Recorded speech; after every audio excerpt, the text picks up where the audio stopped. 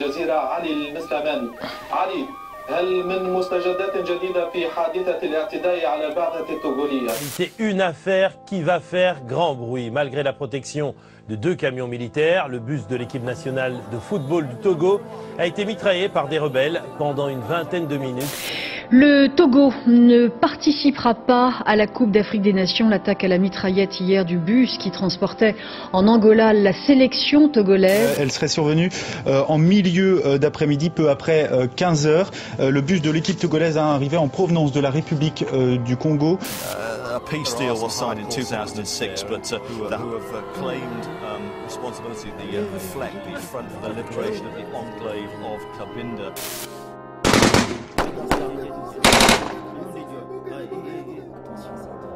O ataque deu-se a poucos quilómetros da fronteira com o Congo.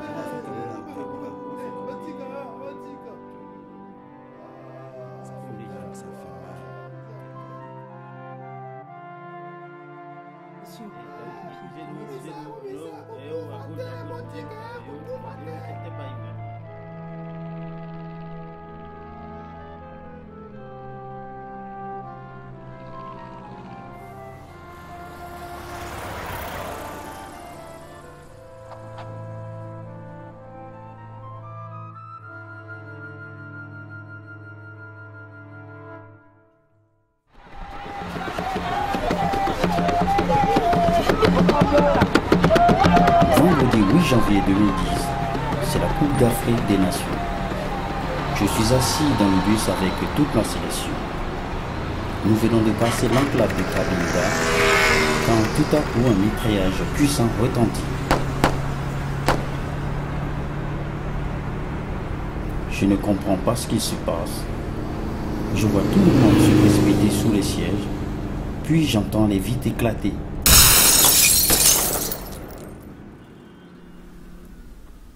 Et tout d'un coup, je n'entends plus rien. Mes paupières s'alourdissent. Je commence à avoir froid et puis plus rien. Oh, Bilalé, quand Jojo Bilalé, tu cesseras jamais de briller. Oh Bilalé, quand Jojo Bilalé, toujours déterminé.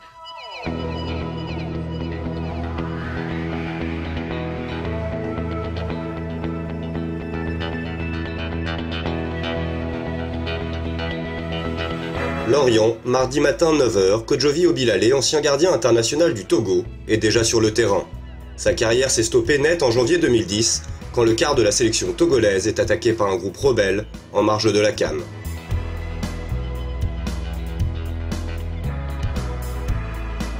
Grièvement blessé par balle, Kodjovi dit Doudou a entamé une reconversion d'éducateur dans l'association Remise en Jeu, qui s'occupe de jeunes en difficulté.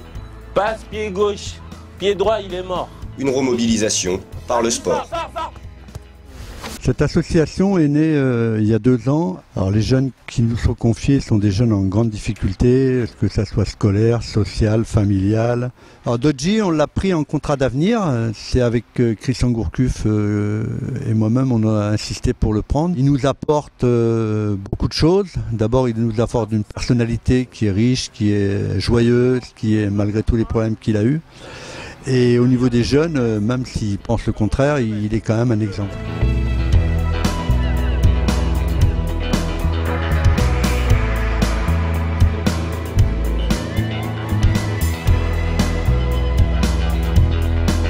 Kodjovi, un exemple de détermination exemplaire pour les jeunes. Il se bat pour eux, mais aussi pour lui-même, pour retrouver une vraie mobilité. Maintenant, il est sur le terrain avec eux, même si je râle quand il garde les béquilles, parce que moi j'aimerais bien qu'il les pose. Alors on lui fait un peu la guerre pour ça, parce que je pense qu'il peut encore améliorer beaucoup sa mobilité. On arrive même à le mettre dans les buts des fois. Je veux des gants de Fabien Audard. C'est écrit dessus. Il y a encore du jus dedans. Seb, tu vas. Démerde pas mal. Tenez, monsieur. Ça, c'est les vrais gants, ça. Ça rigole pas, là. Ouais. Je vais essayer d'aller au but. Et faites pas le con, les gars.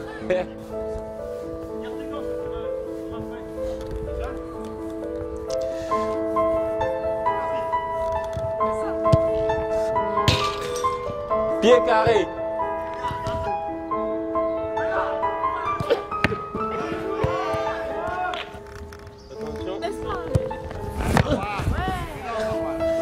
Pour Martine, 18 ans, seule fille du groupe qui a intégré le programme de remise en jeu pour 7 mois, Kojo est un véritable exemple. Le sport, ouais, si on fait du sport surtout, parce que si la tenue c'est grâce à sa corpulence et qu'il faisait du sport. Et oui, c'est un peu notre exemple, quoi. On se dit que nous aussi on pouvait être à sa place et dans chaque situation, il faut essayer d'anticiper, mais lui, Doudou, il a bien anticipé. Ah, Doudou, il est trop bien. Ça fait 2 ans que je travaille dans l'association Remise en Jeu. J'ai connu l'association Remise en Jeu via le coach Christian Gourcuff, qui était président avant. Et puis ça s'est fait avec M. Robert Salin, qui est le coordinateur de l'association. Mon rôle, je suis un peu formateur et éducateur, donc les deux. Compte tenu de mes expériences ou mon parcours aussi, ça aide un petit peu les jeunes à, je dirais pas à prendre l'exemple sur moi, mais à voir que on peut se relever à n'importe quel moment, même si il nous arrive des pétrins.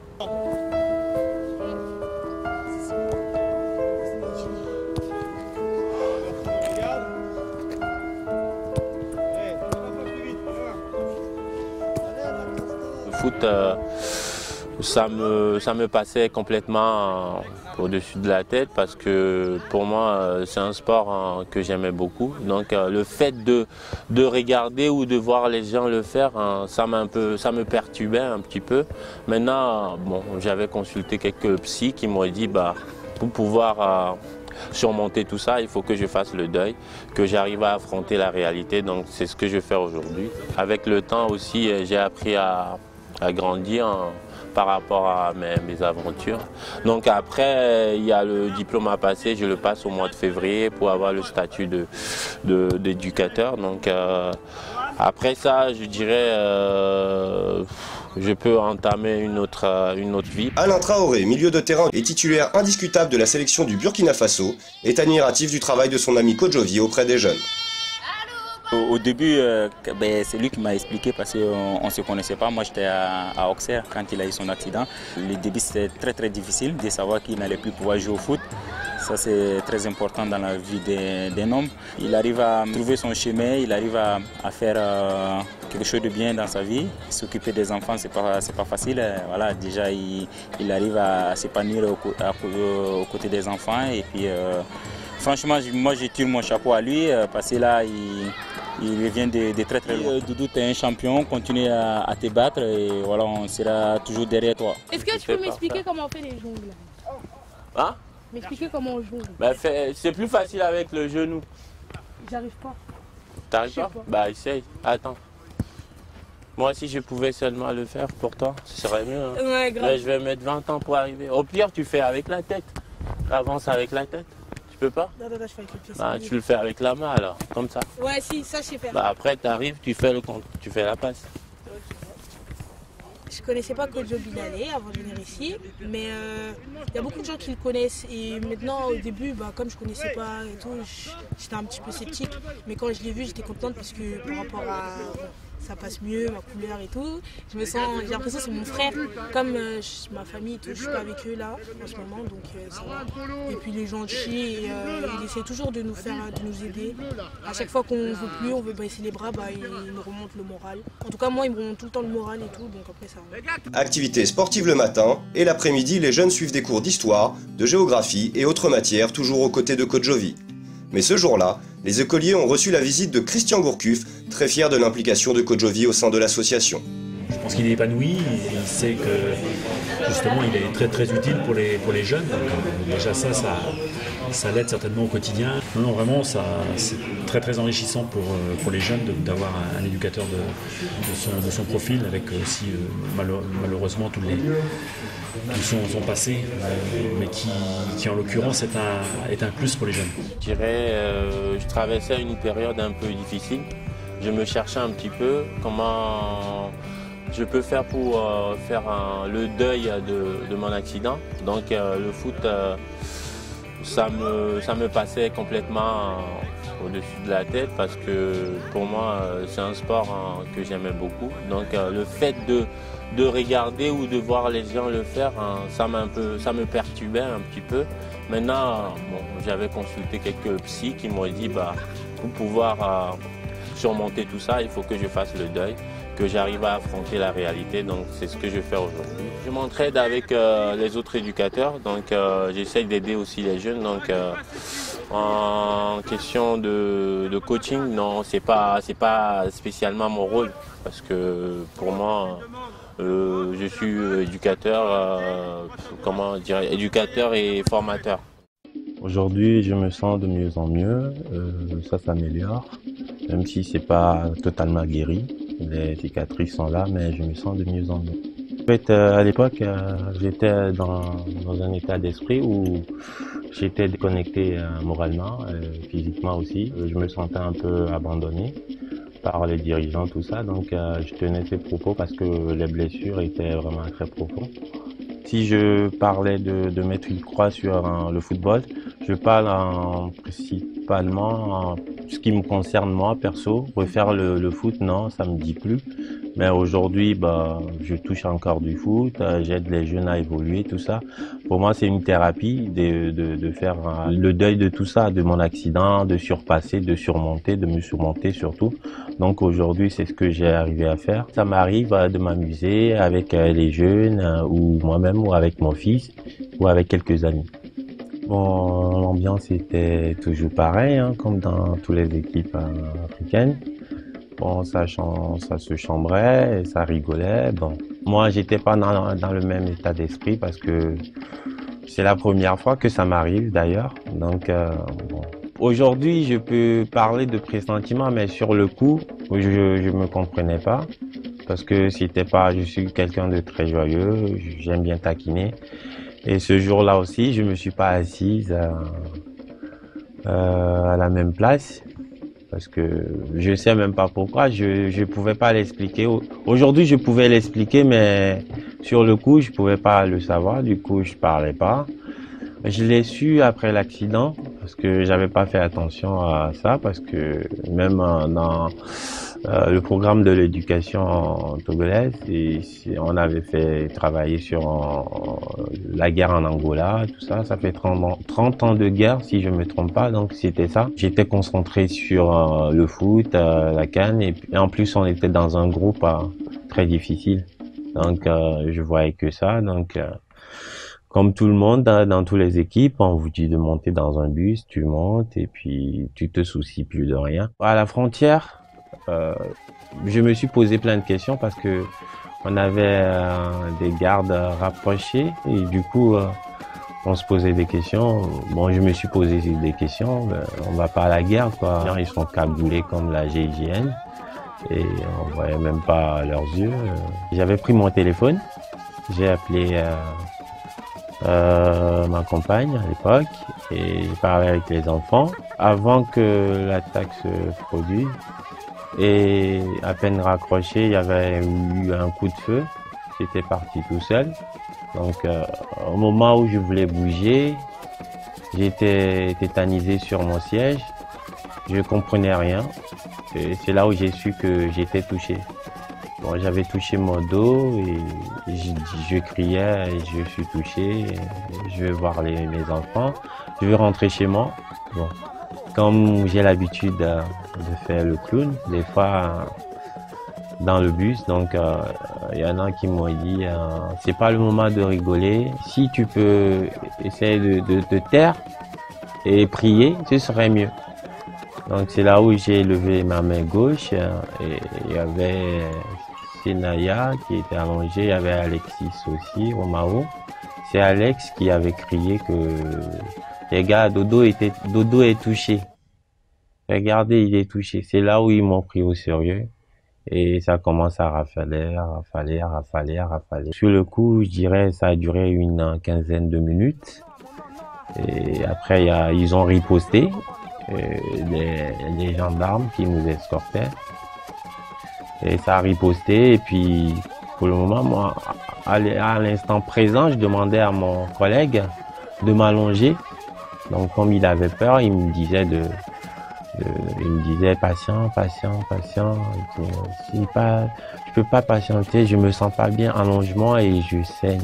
Je disais ça à tout le monde aujourd'hui, c'était spécial. Je sais pas comment ça s'est passé, mais je m'exprimais.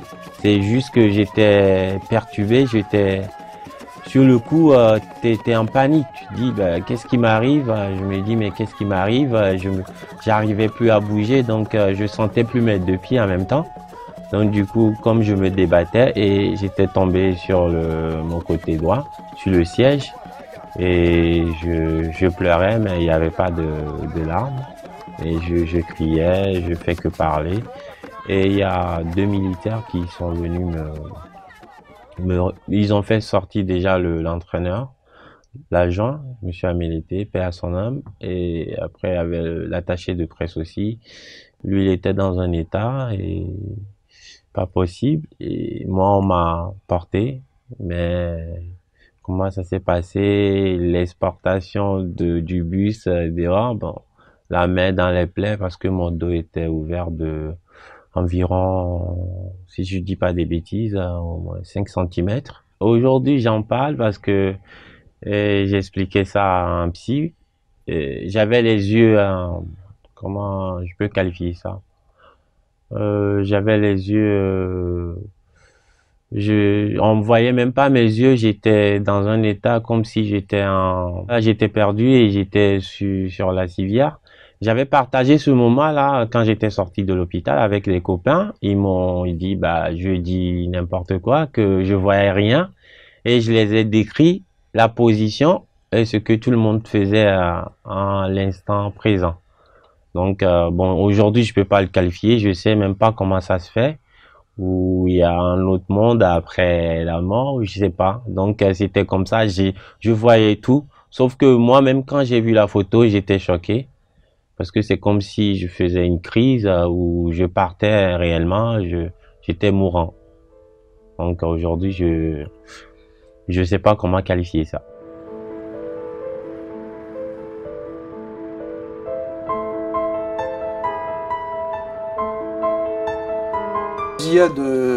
Du bus togolais a surpris tout le monde dans les rédactions. Évidemment, on a lu les dépêches, on a vu sur les chaînes d'infos continues, on a vu les premières images qui arrivaient, etc. Et donc c'est vrai que ça a ému le monde entier, et ça a ému le monde du sport, le monde du foot, etc.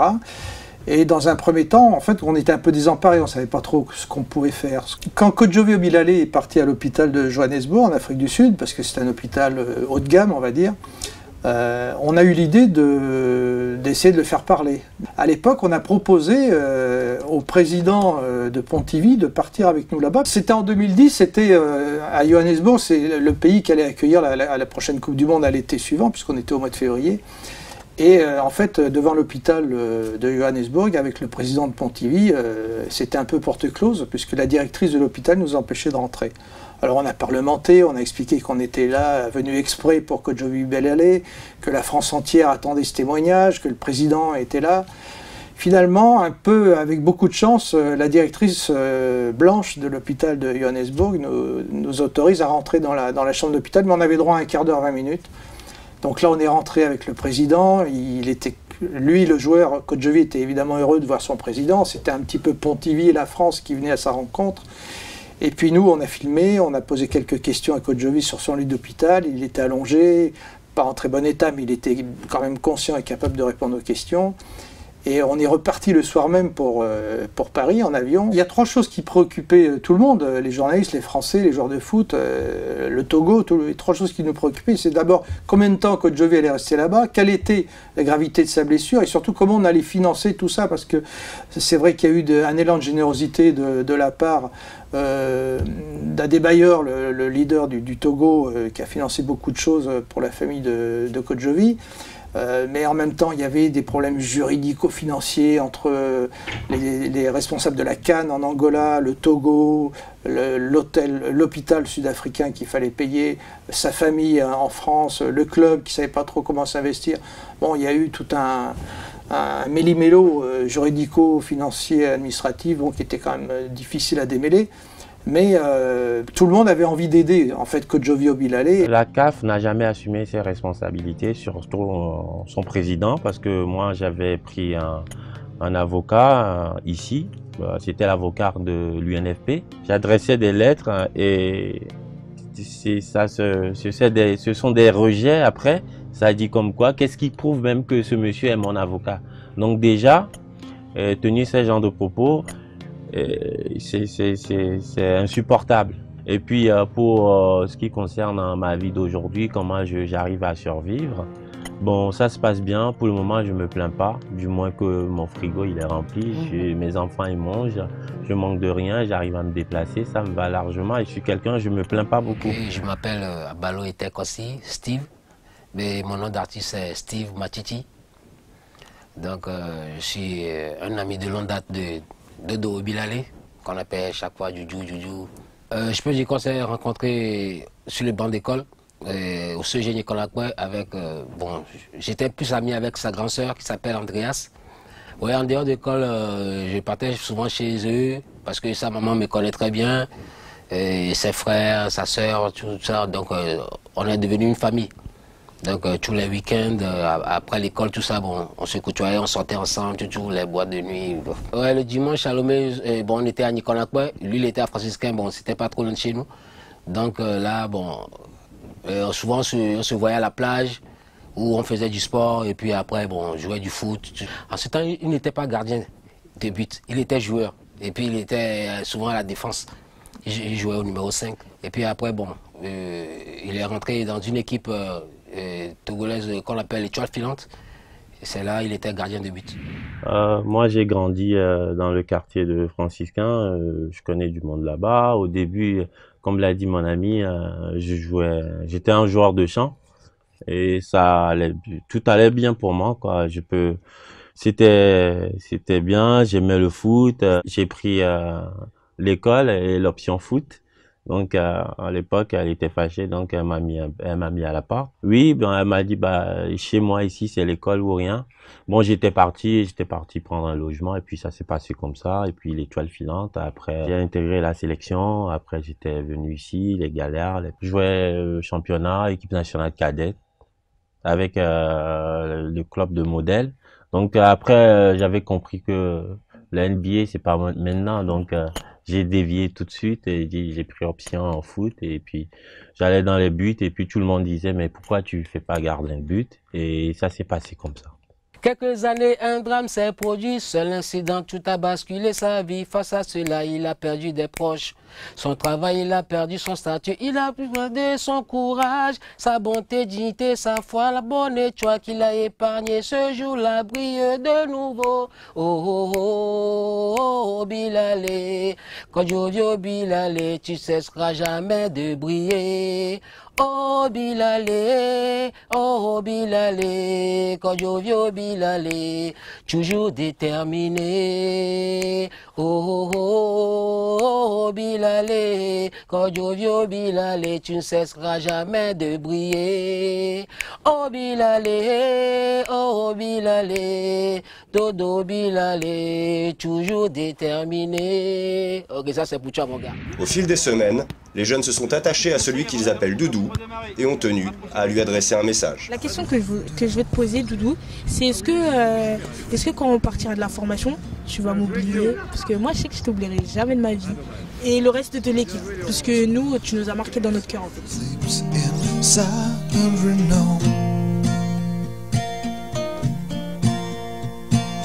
Once again, fight your fingernails down. You're biting on the hands that shape this sound.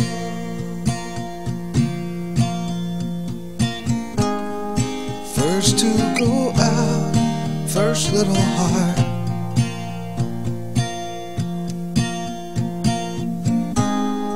First to come home, first little home.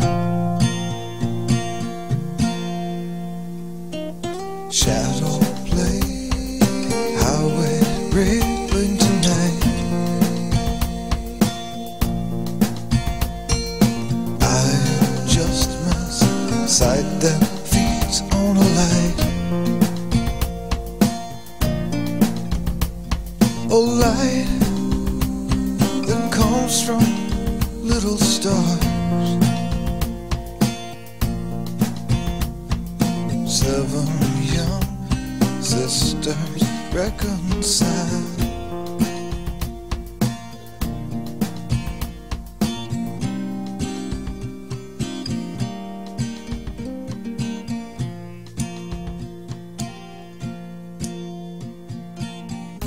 You're the first to call